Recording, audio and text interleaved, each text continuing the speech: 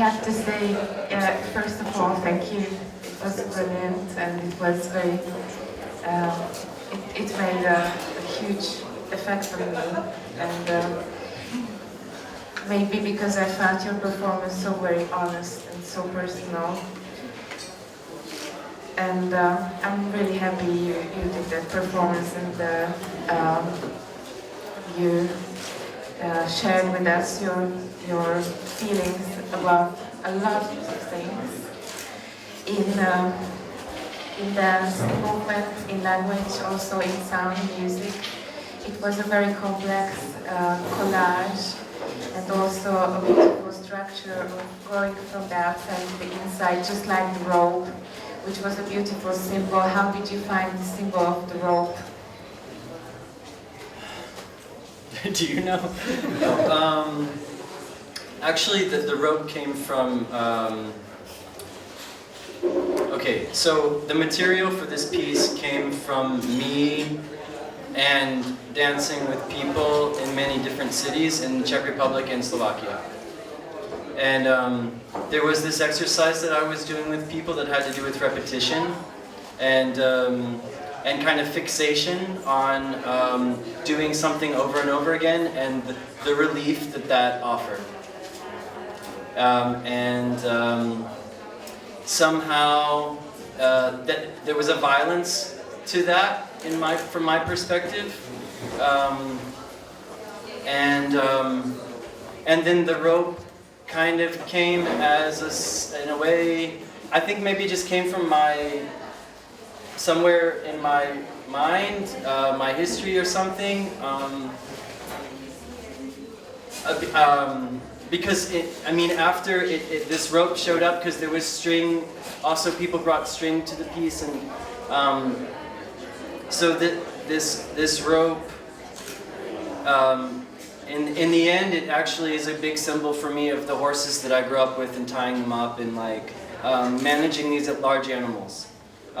In the end, that now I see that it's kind of from my history, but it kind of came from this fixation on action and repetition and this kind of desire to control oneself, but also how that releases us in a way. And then slowly this kind of action with the rope turned into something more choreographed, and now it's kind of a structure. So that's where the rope came. Tomáš, you made the light for this piece. And the music. Yes. Sound. And I know from our talks that it was your idea to open up the space and to see the windows and the walls. What inspired you to do that? How did you think that would contribute to the piece? Matthew is so special and the piece as well, so it's really to enjoying each moment on the stage with him, in the cabin. So we did it in premiere in really site-specific venue, and so I was thinking what we can do new, and so I just gave me the idea to open it. I think it's completely changed the space, also the lights. We prefer, of course, also for example, to have a bit whiter floor, or even without the dance floor. Actually, the best is maybe to play that not in the theater, but I think it works as well. And what I was just trying to do is make those moments with Matthew more rich. Is it possible, and to enjoy it and to make it also nice for myself, actually. Would you like to ask a question from Matthew? Yes? I never spoke in a microphone. Don't worry. Good job. Okay, so at the end, when you said, wait, don't be such Europeans, or fuck, don't be such Europeans. Yeah.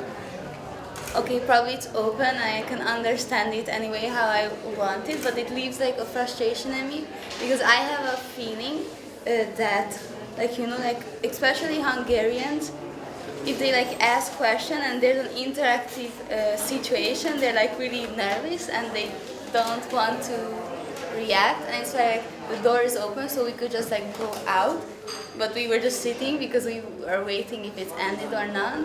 Yeah. Or it was something else. You don't have to answer, just a bit. Yeah, sometimes I struggle with the ending, with that last line. For me, there is something so, God, it's so difficult to talk about like nationality and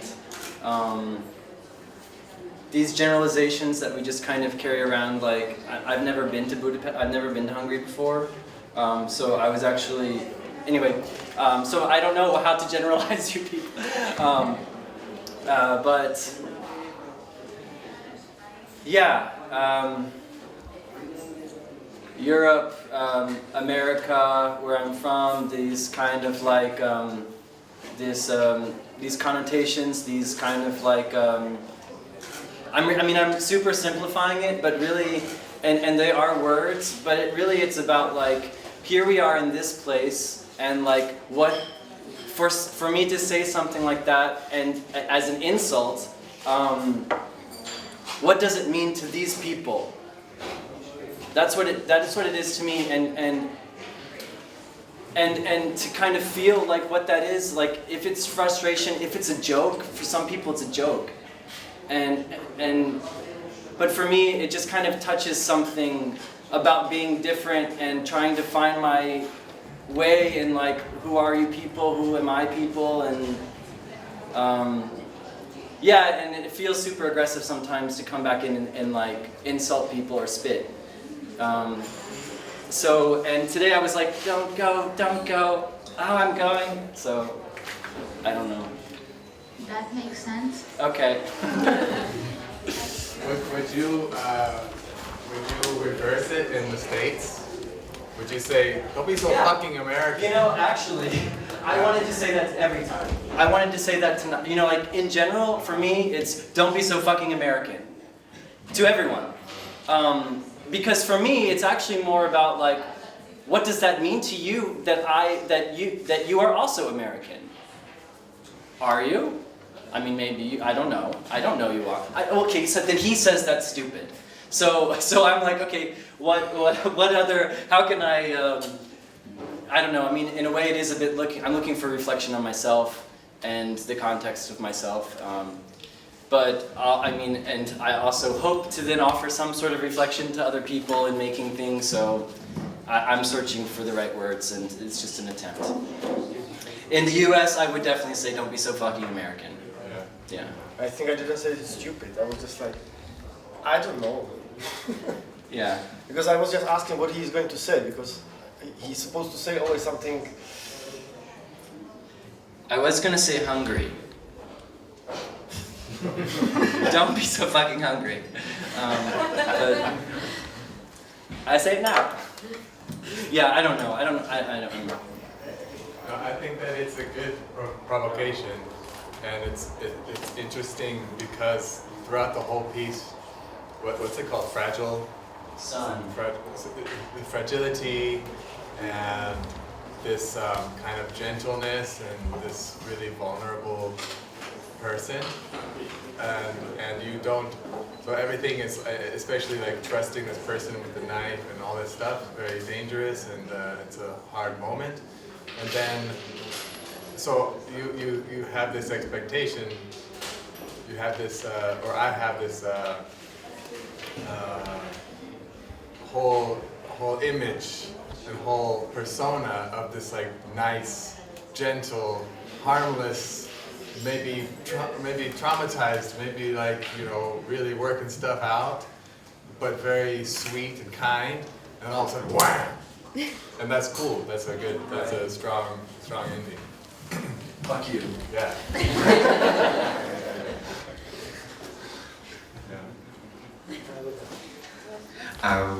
Yes, the title is a Fragile Son, and my question is that maybe in Japan there is an art form when if a vase is broken, they repair it putting gold Yes. next to each pieces, between the pieces.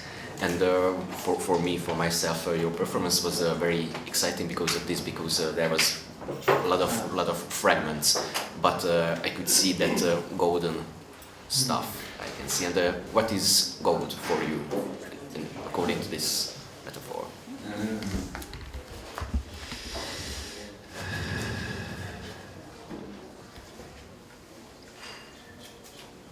Well, sometimes when I perform this piece, it feels pathetic.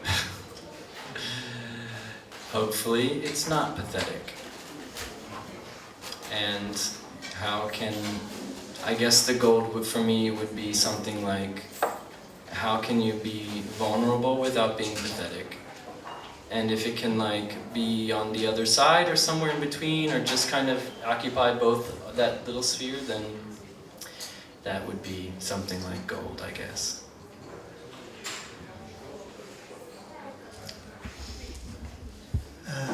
Hello, thank you for the performance. Took me a long time to begin to feel my way into it. It was like bizarre, and I felt excluded at the beginning. But gradually, I assembled the pieces that made sense to me. And the pieces that made sense to me that I wanted to ask you about was there's a classic undertone here of father and son stories. Right. All men have them with their fathers. Right. Was there an element of autobiography in some of the imagery of your own relationship with your father, or if not, how did you assemble that sensitivity to fathers and sons? I think okay, there's a couple of things here. One is just like on a cultural level, like what you learn and what you accept from what you learn and what you deny from what you learn. In either way, I think there's a bit of acceptance that has to happen, even if you want to reject it. So I think there's some of that that's taking place in general, and not just myself, but in many people that I'm around, and so that became kind of a subject, like how do we step beyond what we feel we can. But also this thing about not having a home, kind of, because I travel so much. I mean, I have a home, but like, but I'm in many cities that I don't choose, like, Just okay, go back to your sorry. own father. My own father. What is the relationship you and Okay. your father has informed this? I will really try to stay focused. For me, it didn't happen in my. I did not search for that. But in as I've been working on this, like this symbol of this rope and this bucket and these mostly the rope and the bucket, actually, maybe the blanket too. All of these things come from the horses, from growing up on a farm.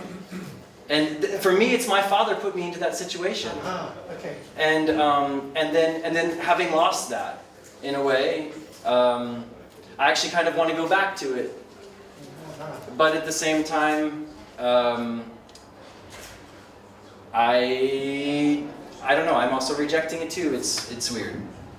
But yeah. So these symbols are symbols from my history and relationship to the way that I was oriented in the world because of my father. Has the work helped reconcile you to any of those issues? I think that it's more. It's oh God.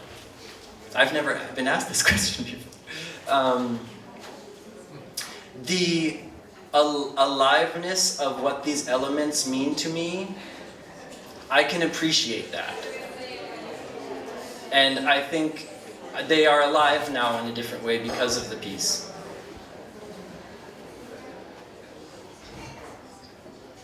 As opposed to just being a memory.